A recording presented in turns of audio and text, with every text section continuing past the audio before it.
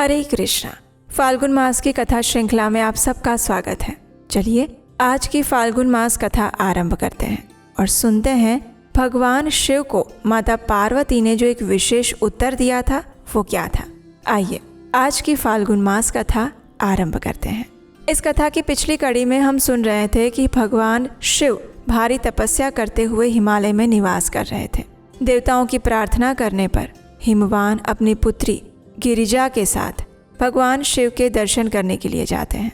हिमवान भगवान शिव से प्रार्थना करते हैं कि वे प्रतिदिन उनके दर्शन और सेवा के लिए आना चाहते हैं, लेकिन भगवान शिव उनसे कहते हैं कि अगर आप प्रतिदिन आना चाहते हैं तो आप इस कन्या को अपने घर पर रख कर आइए, अकेले ही आ सकते हैं। अगर इस कन्या के साथ आएंगे तो आपको मेरे दर्शन नहीं हो पाएंगे। और उसी समय पार्वती देवी इस बात का विरोध करते हुए भगवान शिव से कुछ वचन कहती हैं। चलिए इस कथा को आगे सुनते हैं। पार्वती जी ने कहा, हे शंकर, आपने जिस उत्तम वाणी के द्वारा जो कुछ भी कहा है, क्या वो प्रकृति नहीं है? फिर आप प्रकृति से अतीत कैसे हो गए? मेरी ये बात सुनकर आपको तत्व का यथार्थ निर्णय करना चाहिए। ये संपूर्ण जगत सदा प्रकृति से बंधा हुआ है। हे प्रभु, हमें वाणी द्वारा विवाद करने से क्या प्रयोजन? हे शंकर, आप जो सुनते हैं, खाते हैं, देखते हैं, वो सब कुछ प्रकृति का ही कार्य है। प्रकृति से परे होकर आप इस हिमालय पर्वत पर इस समय तपस्या किस लिए करते हैं? प्रकृति से आप मिले हुए हैं, क्या इस बात को नहीं जानते? अगर आप प्रकृति से परे हैं और आपकी ये बात सत्य है तो आपको अब मुझसे भय नहीं मानना चाहिए। माता पार्वती की ये बात सुनकर भगवान शिव अत्यंत प्रसन्न हुए और फिर उन्होंने कहा, हे साधु भाषिणी पार्वती, तुम प्रतिदिन मेरी सेवा कर सकती हो। अब वे प्रतिदिन पार्वती के साथ उनका दर्शन करने लगे। इस प्रकार भगवान शिव की उपासना करते हुए पुत्री और पिता का कुछ समय व्यतीत हो गया। तब पार्वती जी के लिए देवताओं के मन में बड़ी चिंता हुई। वे सोचने लगे, भगवान महेश्वर गिरिजा का पाणी ग्रहण कैसे करेंगे? तब उन्होंने कामदेव का आवाहन किया। आवाहन करते ही इंद्र का कार्य सिद्ध करने वाला कामदेव अपनी पत्नी रति और सखा वसंत के साथ आ गया और देव सभा में देवराज के सम्मुख उपस्थित होकर गर्वयुक्त वचन कहने लगा, हे शचीपते, शीघ्र आज्ञा दीजिए। आज मैं आपका कौन सा कार्य सिद्ध करूं? मेरा स्मरण मात्र करने से कितने ही तपस्वी अपनी मर्यादा से भ्रष्ट हो जाते हैं। हे इंद्र, मेरे बल और पराक्रम को आप अच्छी तरह जानते हैं। शक्ति नंदन पराशर को भी मेरे पराक्रम का ज्ञान है। इसी प्रकार ये भृगु आदि बहुत से अन्य ऋषि मुनि भी मेरी शक्ति जानते हैं। महान बल और पराक्रम से संपन्न क्रोध ही मेरा भाई है। हम दोनों ने संपूर्ण चराचर जगत को परास्त किया है। सबको हमने मोह महासागर में डुबो दिया है। कामदेव के ऐसे गर्वीले वचन सुनकर देवराज इंद्र ने उसकी पीठ ठोकते हुए कहा, हे वीरवर, पूर्व काल में तुमने जो जो कार्य किए हैं उनका किसी प्रकार वर्णन नहीं हो सकता। हम सब देवता तुमसे परास्त हो चुके हैं। हे मदन, तुम सदैव हमको जीतने में समर्थ हो। इस समय देवताओं का कार्य सिद्ध करने के लिए तुम भगवान शंकर पर चढ़ाई करो। हे महामते, ऐसी चेष्टा करो जिससे भगवान शिव पार्वती के साथ विवाह कर ले।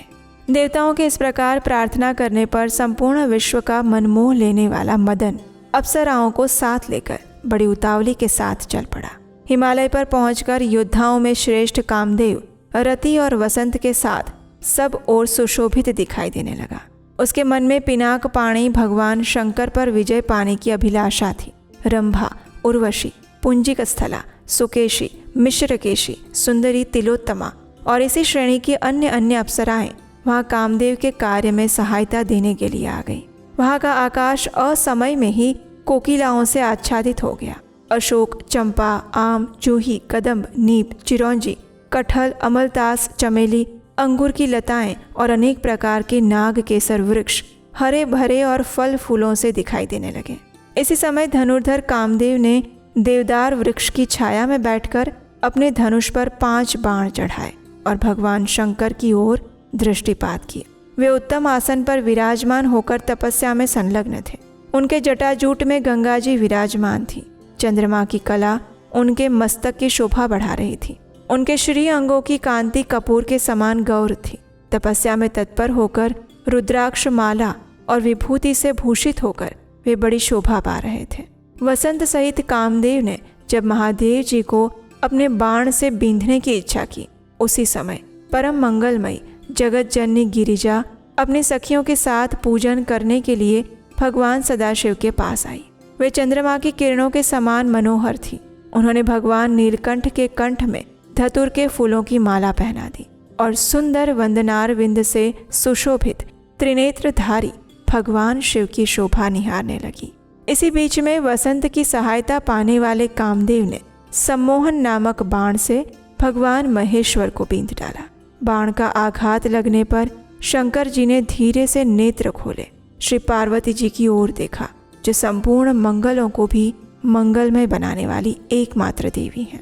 लोक पावनी गिरिराज नंदिनी की ओर दृष्टि डालते ही कामदेव ने उन्हें व्याकुल कर दिया। वे पार्वती के दर्शन मात्र से मोहित हो गए। फिर सहसा अपनी स्थिति का ध्यान आते ही भगवान शिव के नेत्र आश्चर्य से खिल उठे।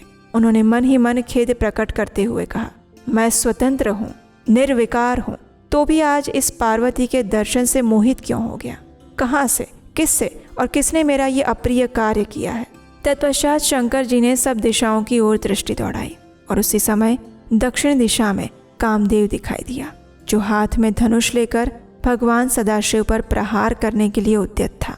उसने चढ़े हुए धनुष को खींचकर मंडलाकार कर रखा था और पुनः बाण संधान करके मदनान तक शिव को बींधना चाहता था।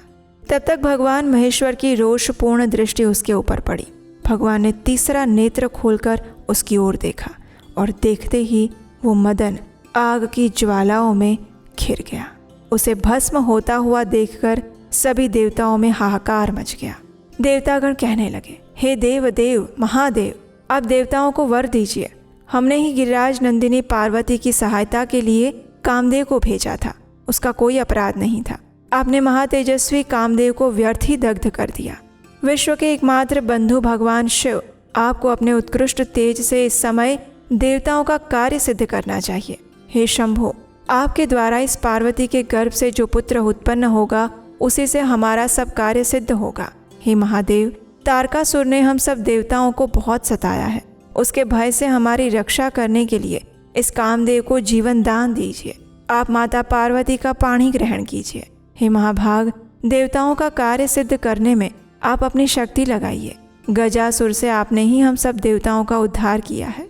कालकूट विष से भी आपने ही हमारी रक्षा की है। हे भगवान, ये कामदेव देवताओं का कार्य सिद्ध करने के लिए आया था। ये हमारे उपकार में संलग्न रहा है, इसलिए आपको इसकी रक्षा अवश्य करनी चाहिए। देवताओं की ये बात सुनकर भगवान शिव ने देवताओं से रुष्ट होकर कहा, हे देवगण, तुम सबको कामना रहित होना चाहिए। इंद्र आदि देवता जब जब कामदेव को आगे रखकर चलते हैं, तब तब अपनी मर्यादा से भ्रष्ट हो जाते हैं, दुख में पड़े हैं और दीनता के भागी हुए हैं। अतः मैंने सबकी शांति के लिए कामदेव को जला दिया है। तुम सब देवता, असुर, महर्षि, दूसरे प्राणी भी अब निर्भय होकर तपस्या में सबके सब लीन हो जाओ। आज संपूर्ण जगत को मैंने काम और क्रोध से शून्य कर दिया है। हे देवताओं, ये पापी काम दुख की जड़ है, इसलिए आज मैं इसे जीवन दान नहीं दूंगा। तुम अवसर की प्रतीक्षा करो। भगवान शिव के ऐसा कहने पर सभी महर्षियों ने उनसे कहा, हे शंभो, आपने जो कुछ कहा है सब हमारे लिए परम कल्याणकारी है, लेकिन हे देवेश्वर, हम भी कुछ निवेदन करना चाहते हैं, उसे ध्यानपूर्वक सुनिए। जिस प्रकार इस संसार की सृष्टि हुई है, उसके अनुसार काम ही इसका अधिष्ठान है। काम के बिना ये सृष्टि कैसे चलेगी? ये विश्व काममय है। इससे ऊपर उठे हुए आप परमेश्वर ही निष्काम हैं। इतना कहकर मुनि, सिद्ध और चारणों ने भगवान सदाशिव की स्तुति और वंदना की और उसके बाद वे वहाँ से शीघ्र ही अंतर्ध्यान हो गए। कामदेव को जलाकर महादेव जी अदृश्य हो गए और उस समय माता पार्वती की क्या स्थिति हुई वो हम सुनेंगे हमारे इसी फाल्गुन मास कथा श्रृंखला की अगली कड़ी में, कल प्रातःकाल। उसे सुनने के लिए आपके अपने चैनल उपदेशाष्टकम पर कल सुबह फिर से आइएगा। हरे कृष्णा।